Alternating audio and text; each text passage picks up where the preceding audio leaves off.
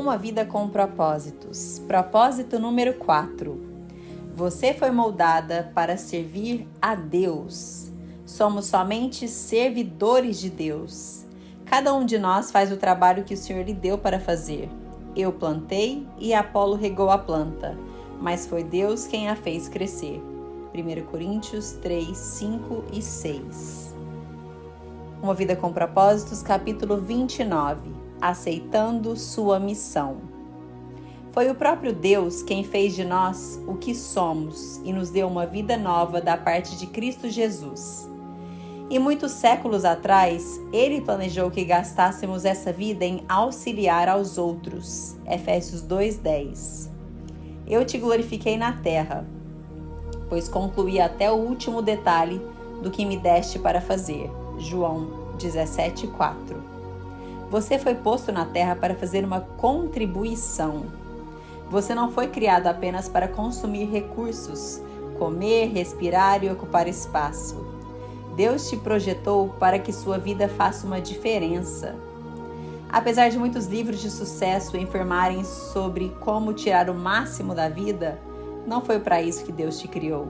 Você foi criado para acrescentar a vida da terra, não apenas para extrair. Deus quer que você devolva algo. Esse é o quarto propósito de Deus para a sua vida e se chama ministério ou serviço. A Bíblia fornece os detalhes. Você foi criado para servir a Deus. A Bíblia diz: Deus nos criou para que fizéssemos as boas obras que Ele já havia preparado para nós.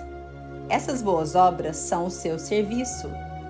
Sempre que você serve as pessoas de alguma forma, você está, na verdade, servindo a Deus e cumprindo um de seus propósitos. Nos 2 próximos capítulos, você verá como Deus cuidadosamente molda você para o seu propósito. O que Deus disse para Jeremias também vale para você. Antes que o fizesse no útero de sua mãe, eu o escolhi. Antes que você nascesse, eu o separei para uma obra especial. Você foi posto nesse planeta para uma missão especial. Você foi salvo para servir a Deus. A Bíblia diz: foi Ele quem nos salvou e nos escolheu para o seu santo trabalho. Não porque merecêssemos, mas porque esse era o seu plano muito antes do princípio do mundo. Mostrar o seu amor e a sua bondade para conosco por meio de Cristo. Deus o redimiu para que você pudesse exercer uma santa vocação. Você não foi salvo pelo serviço, mas foi salvo para o serviço. No reino de Deus, você tem um lugar, um propósito, um papel e uma função a cumprir. Isso dá à sua vida enorme importância e valor. Comprar sua salvação custou a Jesus a própria vida. A Bíblia nos recorda: vocês foram comprados por alto preço, portanto glorifiquem a Deus com o seu próprio corpo. Não servimos a Deus por causa de culpa, medo ou mesmo obrigação, mas pela alegria e profunda gratidão pelo que Ele fez por nós. Nós lhe devemos a vida. Pela salvação, nosso passado foi perdoado. Nosso presente faz sentido e nosso futuro é seguro. À luz dessas incríveis vantagens, Paulo concluiu: por causa da grande misericórdia divina, peço que vocês se ofereçam completamente a Deus, como um sacrifício vivo, dedicado ao seu serviço. O apóstolo João ensinou que nossos préstimos amorosos às outras pessoas mostram que somos verdadeiramente salvos. Ele disse: sabemos que já passamos da morte para a vida porque amamos nossos irmãos. Se não tenho nenhum amor pelos outros, nenhum desejo de ajudar as pessoas e me preocupo somente com as minhas necessidades, deveria questionar se Cristo está realmente na minha vida. Um coração salvo é um coração que deseja servir. Outro termo relativo a servir a Deus, que é mal compreendido pela maioria das pessoas, é a palavra ministério. Quando a maioria das pessoas escuta ministério, pensa em pastores, padres e sacerdócio profissional. Mas Deus diz que cada membro de sua família é um ministro. Na Bíblia, as palavras servo e ministro são sinônimas, assim como serviço e ministério. Se você é cristão, é um ministro, e quando está servindo, está ministrando. Quando a sogra de Pedro, enferma, foi curada por Jesus, ela instantaneamente se levantou e começou a servi-lo, usando o seu novo dom de saúde. É exatamente isso que devemos fazer. Somos curados para ajudar aos outros. Somos abençoados para ser uma bênção. Somos salvos para servir e não para ficar sentados esperando pelo céu. Você nunca se perguntou por que Deus não nos leva para o céu imediatamente após aceitarmos sua graça? Por que Ele nos deixa em um mundo decadente? Ele nos deixa aqui para cumprir seus propósitos. Uma vez que você esteja salvo, Deus pretende usá-lo para seus objetivos. Deus tem para você um ministério em sua igreja e uma missão no mundo. Você é chamado para servir a Deus. Enquanto crescia, você deve ter pensado que ser chamado por Deus era algo que somente missionários, pastores, freiras e outros obreiros de tempo integral experimentavam. Mas a Bíblia diz que todo cristão é chamado para servir. Seu chamado para ser salvo incluiu o chamado para servir. Ambos são o mesmo chamado. Independentemente de seu emprego ou carreira, você é chamado para ser um cristão servindo em tempo integral. Um cristão não servo é uma antítese. A Bíblia diz: Deus nos salvou e nos chamou para sermos o seu povo. Não foi por causa do que temos feito, mas porque este era o seu plano e por causa da sua graça. Pedro acrescenta: vocês foram escolhidos para falar sobre as excelentes qualidades de Deus, que os chamou. Sempre que você faz uso das habilidades que Deus lhe concedeu para ajudar os outros, você está cumprindo o seu chamado. A Bíblia diz: vocês agora pertencem a Ele, para ter uma vida útil no serviço de Deus. Quanto do seu tempo vem sendo utilizado a serviço de Deus? Em algumas igrejas na China, dão-se as boas-vindas a novos crentes dizendo: Jesus agora tem um novo par de olhos para ver, novos ouvidos para escutar, novas mãos com as quais ajudar e um novo coração para amar os outros. Uma razão pela qual você precisa estar vinculado a uma igreja é o cumprimento do seu chamado para servir os outros, crentes de maneira prática. A Bíblia diz: todos vocês juntos são o corpo único de Cristo, e cada um de vocês é um membro separado e necessário a Ele. O seu serviço é desesperadamente necessário no corpo de Cristo. Basta perguntar em qualquer igreja local. Cada um de nós tem um papel a desempenhar, e cada um deles é importante. Não existe serviço pequeno para Deus. Tudo importa. Do mesmo modo, não existem ministérios insignificantes na igreja. Alguns são visíveis e alguns são desempenhados nos bastidores, mas todos são valiosos. Ministérios pequenos ou velados fazem frequentemente uma grande diferença. Em minha casa, a luminária mais importante não é o enorme lustre da sala de jantar, mas a pequena luz noturna que me impede de tropeçar quando levanto à noite. Não há uma correlação exata entre tamanho e importância. Todo ministério é importante, porque todos dependemos uns dos outros para funcionar. O que acontece quando uma parte do seu corpo deixa de funcionar? Você adoece, o resto do seu corpo sofre. Imagine se o seu fígado decidisse começar a viver por conta própria. Estou cansado, não quero mais servir esse corpo. Quero 1 ano de folga, só me alimentando. Eu tenho de pensar no que é melhor para mim. Deixe que outra parte do corpo assuma. O que aconteceria? O seu corpo iria morrer. Hoje em dia, milhares de igrejas locais estão morrendo por causa de cristãos que não têm vontade de servir. eles ficam assistindo de lado e o corpo sofre. A ordem é servir a Deus. Jesus foi categórico. A atitude de vocês deve ser igual à minha, porque eu, o Messias, não vim para ser servido, mas para servir e dar a minha vida por muitos. Para os cristãos, servir não é questão de opção, não é algo a ser encaixado em nossas agendas caso haja tempo disponível. Servir é o núcleo da vida cristã. Jesus veio para servir e para dar. Esses dois verbos também devem servir para definir a sua vida na terra. Serviço e doação resumem o quarto propósito de Deus para a sua vida.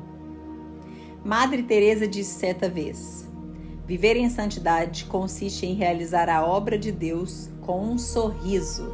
Jesus ensinou que a maturidade espiritual nunca é um fim em si mesma. Maturidade é para o ministério. Nós crescemos para nos doar. Seguir aprendendo mais e mais não é o suficiente. Precisamos agir de acordo com o que sabemos e pôr em prática o que afirmamos acreditar. Impressão sem expressão causa depressão. Estudar sem trabalhar leva à estagnação espiritual. A antiga comparação entre o Mar da Galileia e o Mar Morto é verdadeira. O Mar da Galileia é cheio de vida porque recebe água e também a ecoa. No Mar Morto nada vive, pois ao contrário do primeiro, não há saída de água. A última coisa que muitos crentes precisam hoje em dia é participar de outro estudo bíblico. Eles já sabem muito mais do que põem em prática. O que eles precisam é de experiências em servir, nas quais possam exercitar seus músculos espirituais. Servir é contrário à nossa inclinação natural. Na maior parte do tempo, estamos mais interessados em nos servir do que no serviço. Dizemos: estou procurando uma igreja que atenda às minhas necessidades e me abençoe. E não, estou procurando um lugar onde possa servir e ser abençoado. Esperamos que os outros nos sirvam, e não ao contrário.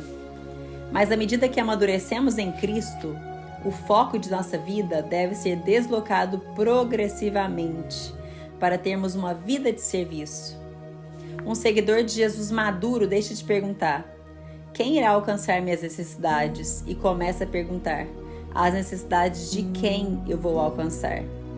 Você alguma vez já fez essa pergunta? Preparando-se para a eternidade. No fim de sua vida na Terra, você ficará perante Deus e Ele avaliará como você serviu aos outros com a sua vida. A Bíblia diz: cada um de nós prestará contas de si mesmo a Deus. Pense nas implicações disso. Algum dia Deus irá comparar quanto tempo e energia gastamos conosco em relação ao que utilizamos para servir os outros. Nesse momento, todas as nossas desculpas para o egoísmo soarão vazias. Eu estava muito ocupado. Ou eu tinha meus próprios objetivos. Ou eu estava preocupada em trabalhar, me divertir ou em preparar a minha aposentadoria. A todas as desculpas, Deus responderá: sinto muito, resposta errada. Eu o criei, salvei, chamei e ordenei a você que tivesse uma vida de serviço aos outros. Qual parte você não entendeu? A Bíblia alerta os que não creem. Ele derramará a sua ira e o seu castigo sobre os que vivem para si mesmos. Mas para o cristão isso significará a perda das recompensas eternas. Nós só estamos completamente vivos quando ajudamos os outros. Jesus disse: se você insistir em salvar a sua própria vida, você a perderá. Somente aqueles que põem de lado a sua vida por minha causa e por causa da boa nova é que saberão realmente o que significa viver. Essa verdade é tão importante que é repetida 5 vezes nos evangelhos. Se você não está servindo, está apenas existindo, porque a vida foi feita para o ministério. Deus quer que você aprenda a amar e a servir as pessoas de forma altruísta. Serviço e importância. Você dará a vida por algo. O que será? Uma carreira, um esporte, um passatempo, fama, riquezas? Nenhuma dessas coisas será importante para sempre. Servir é o caminho para a verdadeira importância. É através do ministério que descobrimos o significado da vida. A Bíblia diz: todos achamos nosso significado e função como parte do seu corpo. Ao servirmos juntos, na família de Deus, nossa vida assume uma importância eterna. Paulo disse: quero que vocês pensem como tudo isso torna vocês mais importantes, não menos, por causa daquilo de que vocês são parte. Deus quer usá-lo para que você faça diferença no mundo dele. Ele quer trabalhar por meio de você. O que importa não é a duração da sua vida, mas a contribuição que ela dá. Não quanto você viveu, mas como você viveu. Se você não está envolvido em algum serviço ou ministério, que desculpa tem usado? Abraão era velho, Jacó era inseguro, Lia era sem atrativos, José foi maltratado, Moisés gaguejava, Gideão era pobre, Sansão era codependente, Raabe era imoral, Davi teve uma amante e todo tipo de problema familiar. Elias tinha tendências suicidas. Jeremias era depressivo. Jonas era relutante. Noemi era viúva. João Batista era excêntrico, para dizer o mínimo. Pedro era impulsivo e temperamental. Marta se preocupava demais. A mulher samaritana teve vários casamentos fracassados. Zaqueu era indesejável. Tomé tinha dúvidas. Paulo tinha saúde fraca e Timóteo era tímido. Aí está uma boa variedade de desajustes, mas Deus usou cada um deles a seu serviço. Ele também usará você, se você deixar de dar desculpas. 29º dia, pensando sobre meu propósito. Um tema para reflexão. Servir não é questão de opção. Um versículo para memorizar. Porque somos criação de Deus, realizada em Cristo Jesus para fazermos boas obras, as quais Deus preparou antes para nós as praticarmos. Efésios 2:10. Uma pergunta para meditar. O que está me impedindo de aceitar o chamado de Deus para servi-lo? Conclusão do 29º dia. E aqui eu quero deixar apenas uma frase para você que você possa realmente meditar nela. Quem não serve para servir, não serve para mais nada. Nós precisamos servir. Esse é o nosso chamado. Quem não serve para servir, não serve para mais nada. Que Deus te abençoe poderosamente e eu te vejo no capítulo 30.